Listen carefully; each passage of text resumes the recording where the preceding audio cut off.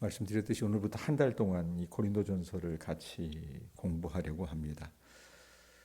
먼저 고린도라고 하는 도시에 대해서 여러분에게 설명을 좀 해드려야 될 것 같아요. 고린도는 유럽에 가면 그리스라고 하는 도시 있죠. 이 그리스 본토와 펠로폰네소스를 연결하는 항구 도시랍니다. 그래서 에게해라고 하는 바다와 아드리아해 사이에 좁은 어떤 지협의 위치에 있는 도시인데, 이 항구 도시이기 때문에 이런 지리적 여건으로 육로의 요충지가 되었고 급기야 해양 무역의 어떤 중심지로 등장하게 됐다고 합니다. 배도 많이 왔다 갔다 하고 그다음에 사람들도 육로로 왔다 갔다 하니까 엄청난 부를 축적하게 된 거예요. 제가 중국에 상하이 한 3년 살았잖아요. 상하이가 사실은 예전에는 한 1700년대, 1800년대 초반까지만 하더라도 그렇게 큰 도시가 아니었습니다. 상하이가 지금 어느 정도 크냐면 도시 하나가 경기도 정도 크기라고 생각을 하시면 돼요. 인구는 3천만입니다. 상하이 물동량이나 갖고 있는 그 모든 경제력이 우리나라보다 아마 클 거예요. 제가 알기로는. 자, 그런데 그 1800년대 초반까지만 해도 그 도시가 그냥 가난한 어촌이었어요. 열강이 중국을 침탈하면서 그 중국을 먹어야 되기 때문에 들어오면서 그 도시를 발달시킨 겁니다. 가보면은 돈도 많고 휘황찬란해요.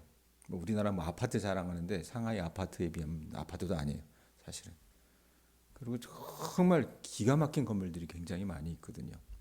왜 그 이야기를 하느냐면 고린도가 비슷했다고 보시면 될 것 같아요. 돈 많고 배가 왔다 갔다 하고 사람들이 오가는 일들이 많으니까 엄청난 부를 축적하게 된 겁니다. 돈이 많으니까 어때요? 뭐 여러 가지 야외 극장이라든지 운동 경기장이라든지 각종 이방 신전이 세워지게 됐습니다. 그리고 경제, 문화, 종교의 어떤 중심 도시로 성장 발전한 것이 고린도라고 말입니다. 자, 도시가 이렇게 발전하면 여러분 부작용이 있어요. 상하이에도 가보면요, 부작용들이 있습니다. 고린도에는요, 사치와 환락, 매춘이 독버섯처럼 피어올라 결국은 그 도시 온 것을 다 휘덮는 그 죄악으로 오염된 도시였다고 말입니다. 이 고린도의 타락상이 얼마나 심했었는지 그때 당시 용어 중에 이런 말이 있어요. 그 사람들이 쓰는 말 중에 코린티아조마이라고 하는 이 그리스 말이 있었는데, 이게 뭐냐면은 고린도인처럼 행하다 이런 뜻인데, 문자 그대로 보면 근데 그게 어떤 의미가 내포되어 있냐면 그 당시 고린도의 시대적 상황을 지적하는 어떤 그런 의미로 사용되는데, 이 고린도인처럼 행하다는 건 매춘 행위를 하다 이런 의미로 굳어졌다고 말입니다. 그러니까 돈이 많고 먹고 살만하니까 이 매춘이 아주 흥왕했던 도시라고 말입니다. 자, 그런 도시에서 신앙생활하고 있는 사람들에게 바울이 편지한 거예요. 1절에서 3절 한번 보세요. 1절에서 3절은 그 당시 이제 오늘 내용이 보면은 이 편지가 그렇듯이 편지를 받는 독자들을 대상으로 바울이 인사하는 거거든요. 그게 1절에서 3절 내용이고, 그다음에 4절에서 9절은 그 편지를 받는 수신자들에 대해서 바울이 이제 감사기도 하는 것이 이어지고 있다고 보시면 될 것 같습니다. 전형적인 어떤 편지 글이라고 보시면 될 것 같아요. 내용이 뭐 특별하게 도드라지는 것은 아닙니다. 자, 1절에서 3절 보세요. 하나님의 뜻을 따라 그리스도 예수의 사도로 부르심을 받은 바울과 형제 소스데네는 고린도에 있는 하나님의 교회 곧 그리스도 예수 안에서 거룩하여지고 성도라 부르심을 받은 자들과 또 각 처에서 우리의 주 곧 그들과 우리의 주 되신 예수 그리스도의 이름을 부르는 모든 자들에게 하나님 우리 아버지와 주 예수 그리스도로부터 은혜와 평강이 있기를 원한다라고 인사합니다. 자, 고린도전서를 기록한 사람은 누구예요? 1절에 보면 바울입니다. 자, 거기 형제 소스테네라고 하는 사람이 붙어 있어요. 이 소스는 누군가? 아마도 고린도 도시에 있는 유대인의 회당장이 아니었을까 싶어요. 이 사람의 이 사도행전 18장 17절에 보면 나오는데 바울 일행 때문에 동료 유대인들에게 폭행을 당했습니다. 바울을 비호한다는 이유로. 이 사람은 바울이 전한 복음을 받아들여서 회심한 초대 유대교 신자 중에 하나였습니다. 자, 바울이 편지를 했어요. 누구에게 편지합니까? 2절 보세요. 고린도에 있는 하나님의 교회라 그랬습니다. 편지를 받는 사람은 고린도에 있는 하나님의 교회입니다. 그리고 그들에게 바울이 어떤 인사를 합니까? 3절 끝에 보면 은혜와 평강이 있기를 원한다라고 기원을 해요. 우리가 이런 편지를 쓰면 내가 누구에게 편지를 하고 이런 것들이 있기를 바란다라고 얘기하는 것처럼 그런 지금 내용이라고 보시면 될 것 같아요. 자, 그래놓고 4절에서 9절이 이들을 바라보는 바울의 어떤 감사기도라 그랬잖아요. 4절 봅니다. 그리스도 예수 안에서 너희에게 주신 하나님의 은혜로 말미암아 내가 너희를 위하여 항상 하나님께 감사하노니 이래요. 감사하노니. 자, 바울이 이 고린도 교회 신자들을 보고 감사하는 이유는 뭡니까? 하나님께서 그들에게 은혜를 주셨다는 겁니다. 그 은혜의 구체적인 내용이 뭐냐? 5절에 이야기하듯이 고린도 교회 성도들이 모든 면에서 풍족해진 겁니다. 이 모든 면이란 이 모든 말과 모든 지식을 가리켜요. 여러분 고린도 교회 교인들은요, 이 교회는요 먹고 살만했어요. 먹고 살만한 것이 아니라 풍족했습니다. 그리고 그런 도시에 그들이 살다 보니까 은사도 아주 풍족했습니다. 하여튼 겉으로는 여러분 어때요? 그럴듯해 보이는 교회였다 그 말입니다. 자, 어찌됐건 그것조차도 바울은 감사한다라고 얘기합니다. 그 다음에 6절 보세요. 그리스도의 증거가 너희 중에 견고하게 되어 말과 지식을 통해 풍성하게 나타난 그 은혜는 그들 중에 그리스도에 관한 증거가 확실하게 자리 잡은 것이라는 사실을 증명을 해요. 바울은 그럴듯한 언변을 동원해서 세속적 지혜를 드러내는 대신에 바울이 했던 것이 뭐냐면 이 헬라 시대에 그리스 시대는 수사학이 발달을 했어요, 여러분. 그러니까 같은 말이라도 여러분 어떻게 합니까? 그럴듯하게 들리게끔 현혹되게끔 이 말로서 어떤 이 언어의 기계로서 사람들을 설득하는 것이 그 시대의 통례였습니다. 근데 바울은 그렇게 하지 않았어요. 바울이 했던 것은 뭐냐면 십자가에 달리신 그 예수 그리스도를 있는 그대로 적나라하게 증언했다고 말입니다. 그리고 그 증언은 성도들의 삶에서 말씀이 힘이 있어요, 여러분. 그거 아세요? 설교자가 그 말씀을 잘 양념을 해가지고 교인들의 입에 이렇게 집어넣어줘야지. 그러니까 설교자가 어떤 전하는 능력이 있어야 힘이 있는 거 아니냐 우리는 생각을 하지만 여러분 그건 오산입니다. 하나님의 말씀 그 자체가 힘이 있어요. 그 자체가.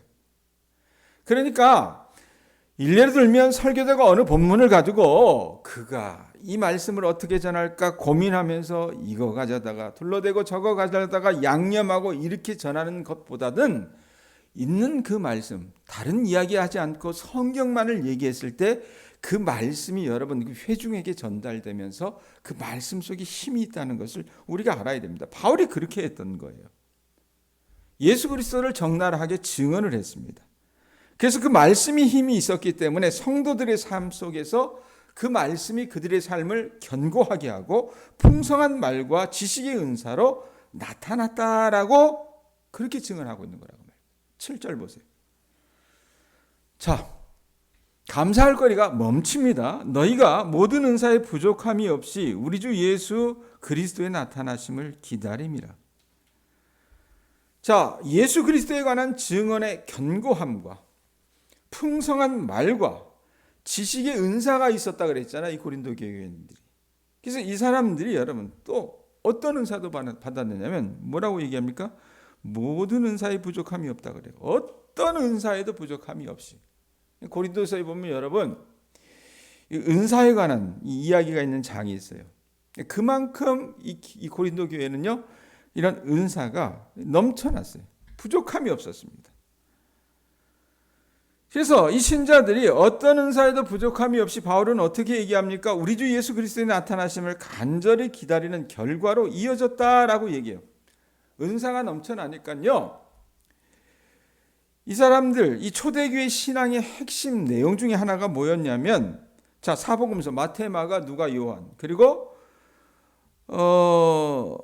사도행전, 거기에 보면 동일하게 나타나는 것이 뭐냐면 예수님이 십자가에 달려 돌아가시고 나서 부활하신 후에 승천하시는 이야기가 나오잖아요. 주님이 떠나가셨어요. 떠나가셨는데 이 땅에 남게 된 초대교회 신자들에게 여러분 소망하는 것은 뭐냐면 그들은요, 예수님 없는 예수님 부재의 시대를 살아가야 했었습니다. 그래서 이 처음 신자들은 예수 그리스도가, 하늘로 올라가신 예수 그리스도가 다시 오셔서 그들과 함께 하실 것이라는 그런 고대감을 갖고 살았어요. 초대교회는 고대 이스라엘이 고대했던 이 여호와의 날이 예수 그리스도의 제 이름을 통해서 완성될 것이라고 하는 그런 기대를 이들이 갖고 있었어요. 은사가 넘치니까. 그런 소망이 있었다 그 말입니다. 8절 보세요. 주께서 너희를 우리 주 예수 그리스도의 날에 책망할 것이 없는 자로 끝까지 견고하게 하시리라. 자, 하나님께서 이 교회 교인들에게 은사를 주셨던 이유는 그 은사를 가지고 이웃들을 돕고 자신의 삶도 견고하게 하라는 것이었어요.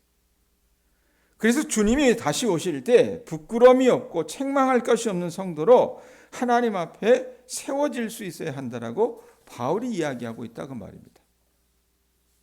그래서 여러분 말씀에 보면 성령의 은사를 헛되게 하지 말라, 그렇게 성경이 이야기하고 있잖아요.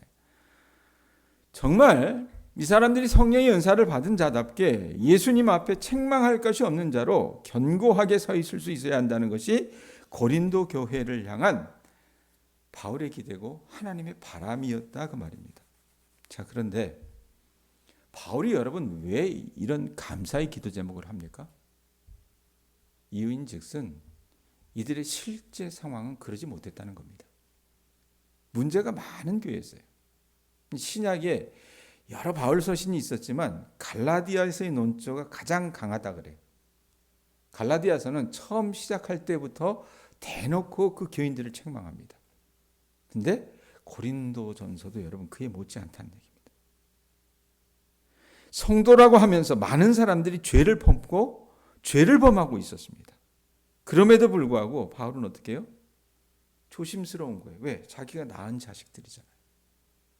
그래서 그들을 꾸짖기 전에 그들에게 있어서 하나님께서 주신 은혜, 은사, 감사의 거리들을 서로로서 열거해 놓는 거라고 보시면 될 것 같아요. 9절 봅니다. 너희를 불러 그의 아들 예수 그리스도 우리 주와 더불어 교제하게 하시는 하나님은 미쁘시도다 그랬습니다. 미쁘시다, 신실하시다라고 하나님에 대해서 표현을 해요. 고린도 교회 교인들 문제 많았다 했잖아요. 불성실했습니다.